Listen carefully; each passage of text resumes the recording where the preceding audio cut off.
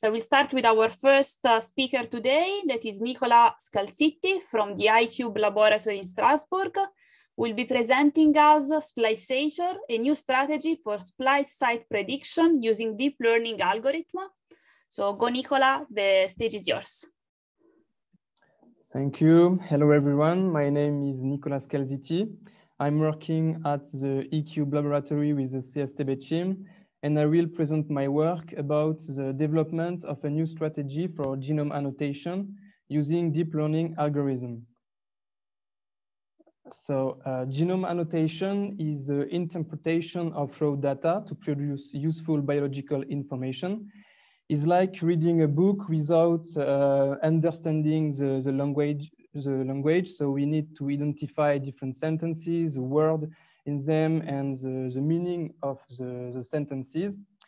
And in genome annotation is the same things. So firstly, we need to localize different functional elements, such as promoters, non-coding RNA, or gene coding for protein. And after, you need to identify the different architecture of this element. And finally, we need to characterize the function of this element. So during my work, I'm focused only on the localization of gene coding for protein and the identification of their internal structure. The localization of eukaryotic gene coding for protein is a very hard task due to the genome size. So for example, in the human genome contains 3.3 billion nucleotides, and the gene coding for protein represents only 3% of this genome. The second complex task is the determination of the complex internal structure, because the eukaryotic gene coding for protein are composed of a mosaic of exon and intron, and they are delimited by boundaries, and these boundaries are called splice sites. So we have two different splice sites. We have the donor and the acceptor. These splice sites are characterized by dinucleotides. So we have a GT for the donor and AG for the acceptor in 99% of cases. We have different approaches to identify these splice sites. So we can use different experimental approaches or in silico methods. And I choose in silico methods. And to identify these splice sites, we can use intrinsic methods. It's based on raw sequences. So we identify different signals present in these sequences, or we can use extrinsic methods based on homology and similarity to known genes. So during my work, I'm focused only on the intrinsic methods. And more specifically, I use artificial intelligence algorithms. So in artificial intelligence algorithms, we have different approaches. For example, expert systems, evolutionary algorithms, machine learning, and deep learning. And for my strategy, I use deep learning algorithms such as convolutional neural network. The strength of this convolutional neural network is they are able to identify different patterns in the input sequences, but also they use very few parameters, so then they can decrease the overfitting.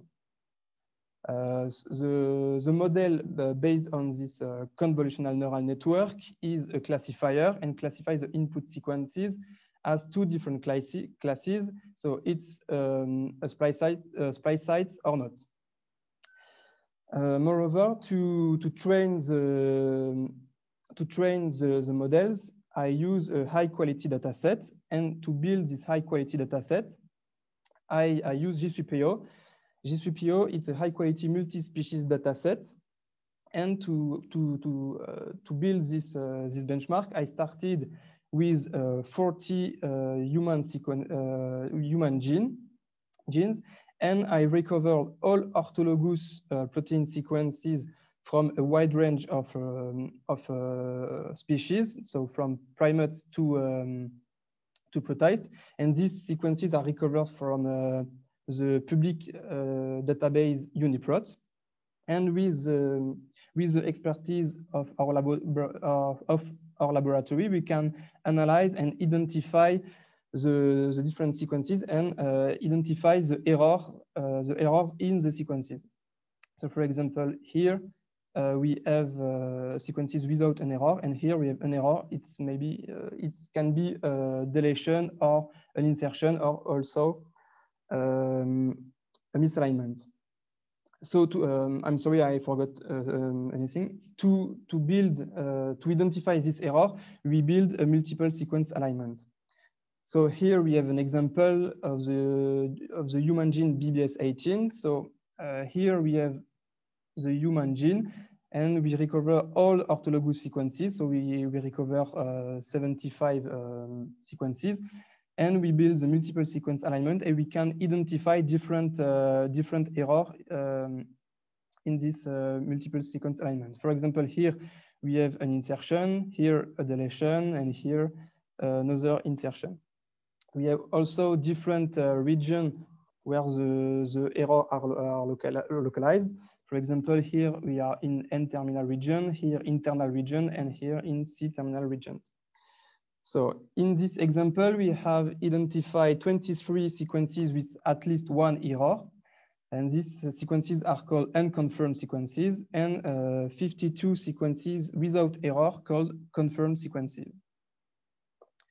For the next step, we select only the sequences we called only the confirmed sequences.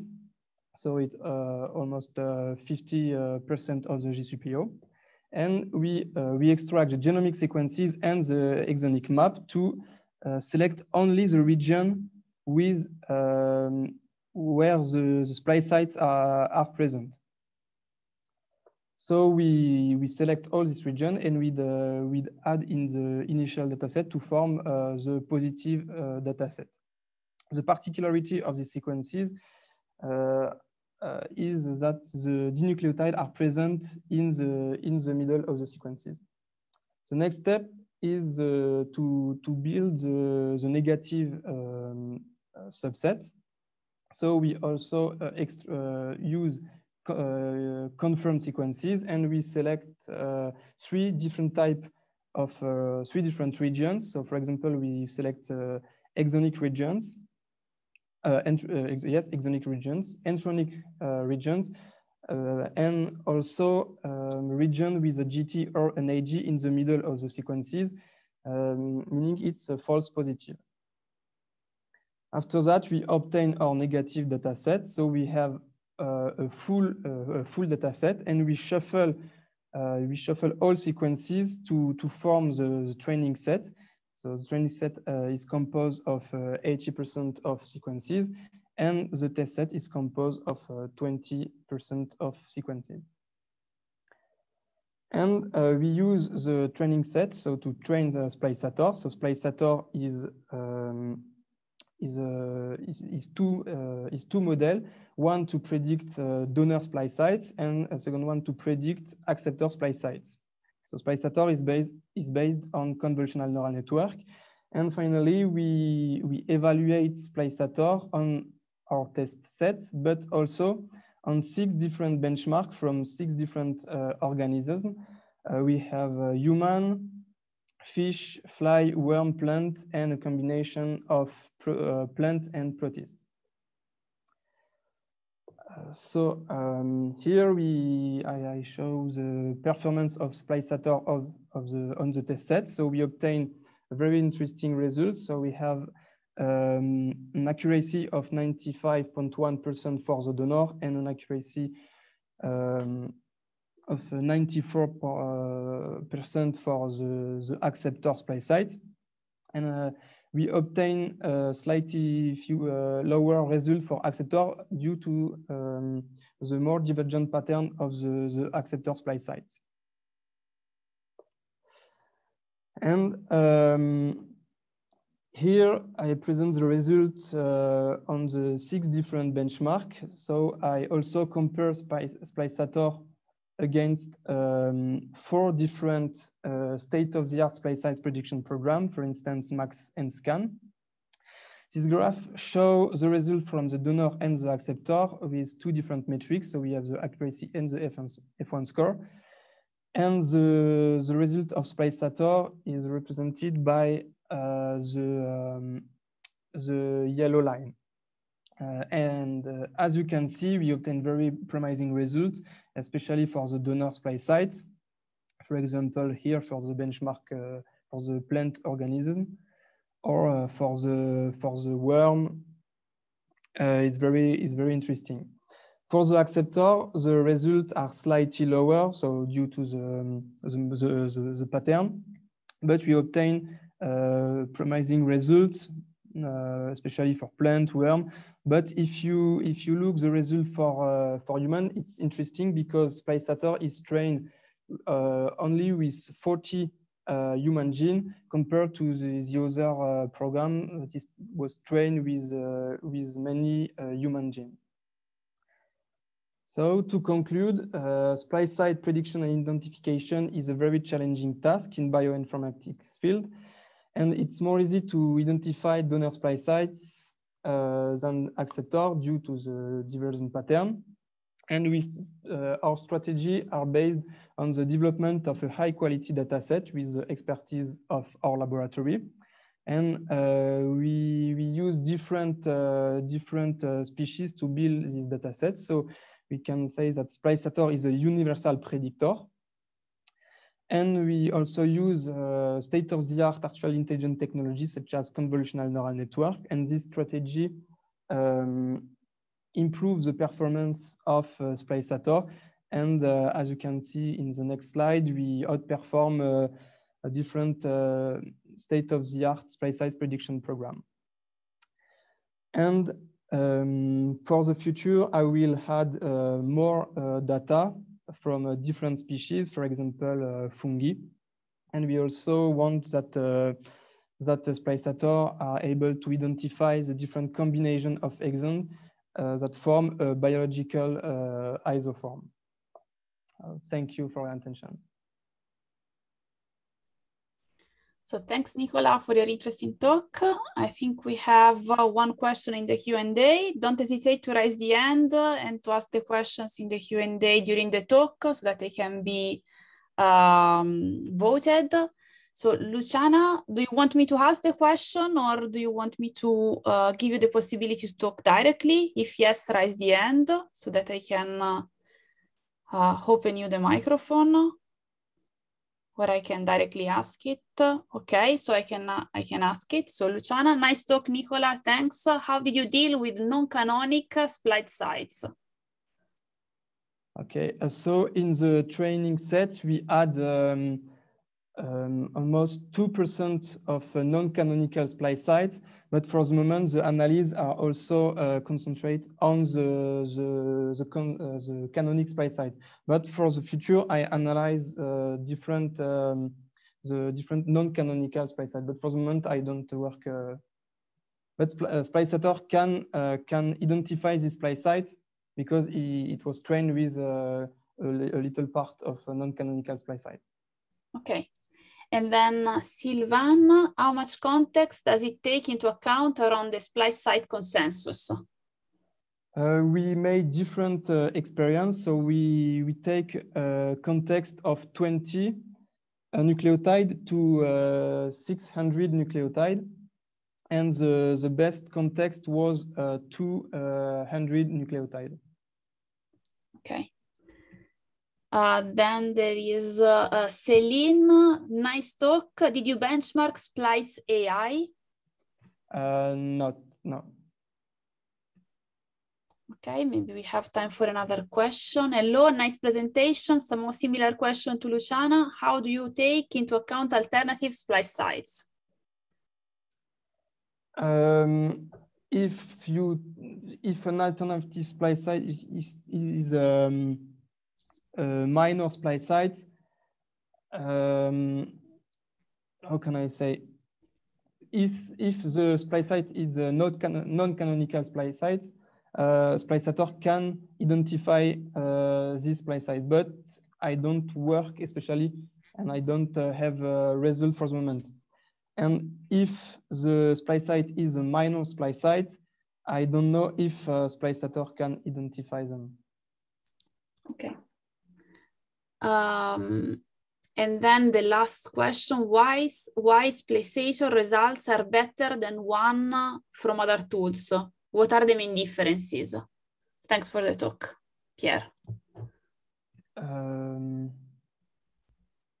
Why Splicator results are better? Yeah, why do you think that it performs better than the other in the benchmark? Like, which is the main methodological difference that can give it an advantage in respect to the existing methods with which you benchmark Splicator?